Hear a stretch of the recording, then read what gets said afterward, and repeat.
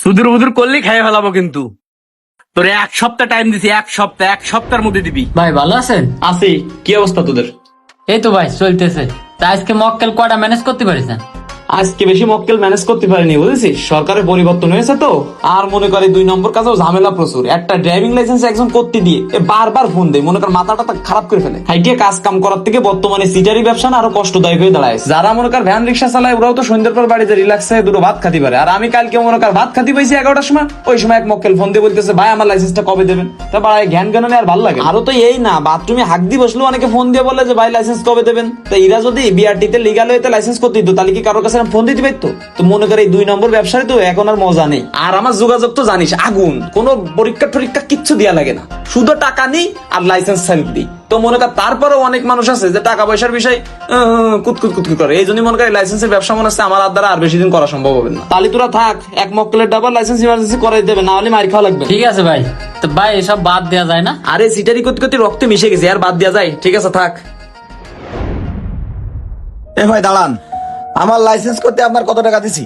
কেন ভাই? 10,000 টাকা। 10,000 টাকা দিছি। আমার লাইসেন্স করতে কতদিন লাগে? আরে ভাই আপনি এত উত্তেজিত হচ্ছেন কেন? এগুলো তো আসলে আমাদের হাতের কাজ না, বিভিন্ন টেবিলি ফাইল গুলো যায়, একটু সময় লাগে। আমি তো বলিস আপনার লাইসেন্স দিয়ে দেবো। আমারে ফোন দিয়ে বললেন 2,000 টাকা ভাড়া দেওয়ার জন্য, কি ব্যাপার, নাটক শুরু আরে করেছেন? ভাই বর্তমান তত্ত্বাবধায়কের আমলে এই 10,000 টাকায় লাইসেন্স হয় না। আপনি কোনো ড্রাইভিং টেস্ট দেবেন না, পরীক্ষা দেবেন না, আপনার যদি সব জায়গায় পাশ করায় আমার লাইসেন্সটা দিতে হয়, তাহলে তো আমার একটু খরচা বেশি পড়ে। ভাই আমার কন্ট্রাক্টটা ছিল 8,000 টাকা, সেই জায়গায় আপনি 10,000 টাকা নিয়ে নিয়েছেন, আবার 2,000 টাকা চাচ্ছেন। এদিকে লাইসেন্স দেওয়ার কোনো খোঁজ খবর নেই। এইসব ভংসং বাদ দেন। আপনি রাইগেন না, বিষয়টা আমি বুঝেছি। আসলে 2,000 টাকা বেশি চাইছি, কারণ এখন তো আমাদের হাতে কাজ কাম অনেক কম, এই জন্য বুঝতেই তো পারছেন সরকার পরিবর্তন হয়েছে, আমাদের সিজনটা খুব ডাল যাচ্ছে, তেমন কোনো কাজ কাম নেই হাতে। ভাই শোনেন, আপনার এই উল্টো পাল্টা কথা শুনতে যাচ্ছেন, আপনি কালকের মধ্যে আমার লাইসেন্স দেবেন, না হলে কিন্তু ভালো হবে আপনি না। তো ভদ্রলোক, বলেন কথাবার্তা হচ্ছে যে কালকের মধ্যেই লাইসেন্স দিয়ে দিতে হবে। আমার কি লাইসেন্স ছাপানোর নির্দিষ্ট কোনো মেশিন আছে যে আমি কালকে ছাপাই দিয়ে আরে দিলাম? ভাই, আপনি আমার কাছ থেকে টাকা নেওয়ার আগে কি বলিলেন 1 মাসের মধ্যে লাইসেন্স করে দেবেন, সেই জায়গায় আপনি 6 মাস ধরে ঘুরছেন। বড় ভাই আপনি এসে আমার যেভাবে গরম দেওয়া শুরু করেছেন, আমি যেসব সাধ্যের মাধ্যমে লাইসেন্স গুলো করে আপনাদের দিই, আমি কি চাই তার সেই সব সাধ্যের গরম দিতে পারবো? ভালো কিছু পাতে গেলে একটু ধৈর্য ধরতে, আপনি আমার সাথে রং ব্যবহার করেন না ভাই। আপনি আমারে আর উল্টো পাল্টা বুঝবেন না ভাই। আরে ভাই আমি আপনারা কেন উল্টো পাল্টা বুঝবো? আর আপনি যদি বুঝতেন তাহলে আপনার জায়গায় আমি থাকতাম, আপনি আমার জায়গায় থাকতেন। আপনি বুঝতে কেন চাচ্ছেন না? বিআরটি এর কাজ একটু স্লো প্রসেসিং, আমি আপনার লাইসেন্স করে দেবো, কথা দিচ্ছে, আমার একটু সময় দেন। এই বাটপার, এই তোর আর কত সময় দেবো রে? সুদূর বুদুর করলেই খাইয়ে ফেলাবো কিন্তু। তোরে এক সপ্তাহ টাইম দিছি, এক সপ্তাহের মধ্যে দিবি। চিটারি করতে করতে গাছ চামড়া বেশি পুরো হয়ে গেছে না? নেক্সট টাইমে যেন তোর অফিসে আমার আর না আসা লাগে।